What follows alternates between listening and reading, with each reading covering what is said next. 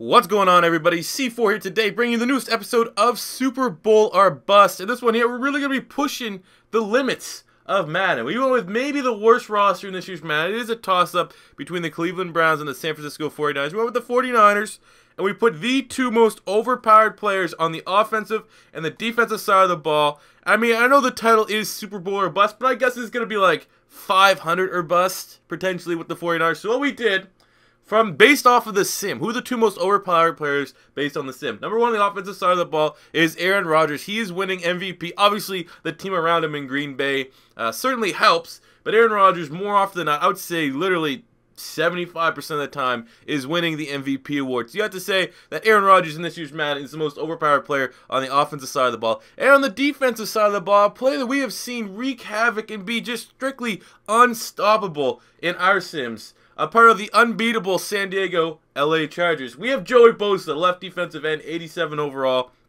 I know you might be thinking to yourself, even this is your first time stumbling upon this. I mean, what makes Joey BOSA so great?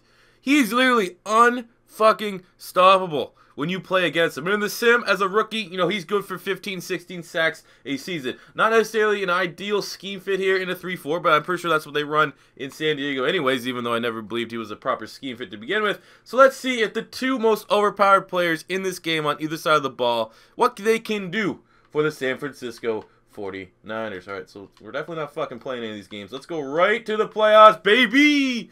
And let's just see. You know, it is kind of nitpicky to just pick on the Niners here. But like I said, for this series, I'm going to do what you guys suggested. In one of the very first ones, this was the most upvoted suggestion, was to put Aaron Rodgers on the San Francisco 49ers. I decided to go a little bit further and add Joey BOSA on it because usually it is very tough. And as we've seen in the past episodes, one player won't really make or break a really bad roster. But we'll go with two. Since I said you guys suggest them, I'll do your suggestions. That being said, feel free to continue to suggest potential ideas here for Super Bowl or Bust. We got actually right now, literally 20 ideas based off of what I've been able to come up with and what you guys have suggested. So I'm not exactly sure what the order of these. These pretty much just come when I have free time to record them. I will say the next one that I will be working on is what if Carson Wentz was on the Dallas Cowboys, which is going to feel a little bit weird, a little bit gross, kind of like you're cheating on your girlfriend.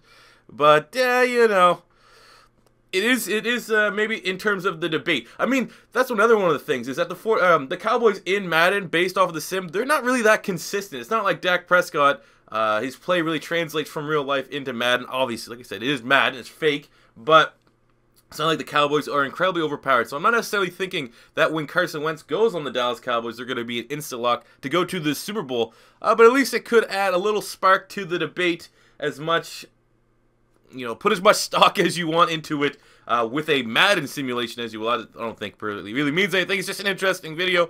We also have Drew Brees on the Miami Dolphins. I mean, that was the whole big reason why Nick Saban kind of left Miami, because he couldn't get Drew Brees, and they got Dante Culpepper instead. We got Terrell Pryor as a quarterback on the Patriots. We got the Steagles, which would be the roster of the Eagles and the Steelers combined. The Killer Bees on the 49ers, so Ben Roethlisberger, Antonio Brown, and Le'Veon Bell. We got the Broncos defensive backs on the Eagles. We got the Broncos defensive backs on the Packers. We got the 2010 Eagles return, so if Chip Kelly didn't come in and destroy the roster, pretty much just use the current roster, bring back Deshaun Jackson, Jeremy Maclin. I don't know if I'm going to bring back Maclin. We'll bring back Evan Mathis. We'll bring back LaShawn McCoy. See what that can do. And then right now, the last idea I have is everyone versus the Pats in the AFC East. So take the best of every team in the AFC East, except on the Patriots, and see what we can do. So, anyway, what do we have? Look at that! We put Kaepernick on the Packers, and he's the MVP. We're going to have to actually take a quick look at that. Maybe it's the Packers. What the fuck? Alright, so with Aaron Rodgers and Joey BOSA, the 49ers, who are a 2-3 win team, got, oh my god, 7-8-1.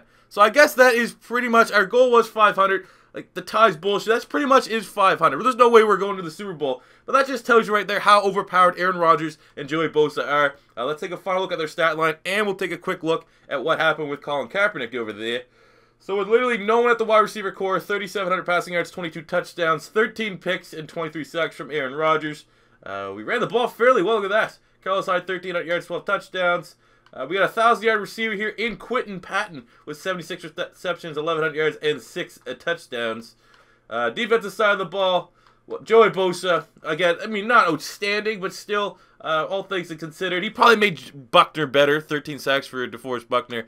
But Joey BOSA with 10.5 sacks, 78 tackles, terrifying, terrifying individual. But what we do need to do, obviously this was going to be a bust, this is something I knew was going to be a failure from the begin with. It may have a little bit more success when we decide to do the killer bees on the 49ers. Maybe you could suggest other things that may make the Niners a good one-year wonder without getting too crazy. Try to think of it as in units, you know, like a linebacking unit, a cornerback unit. I don't want to be like, hey, put Dallas Cowboys offensive line and like fucking Seattle's defense. Like that gets a little too not the spirit, not in the spirit of this series. But anyway, we're going to finish up. Let's see this MVP caliber Colin Kaepernick on the Green Bay Packers. Maybe, like I said, it's not Aaron Rodgers. Maybe it's all the players around him.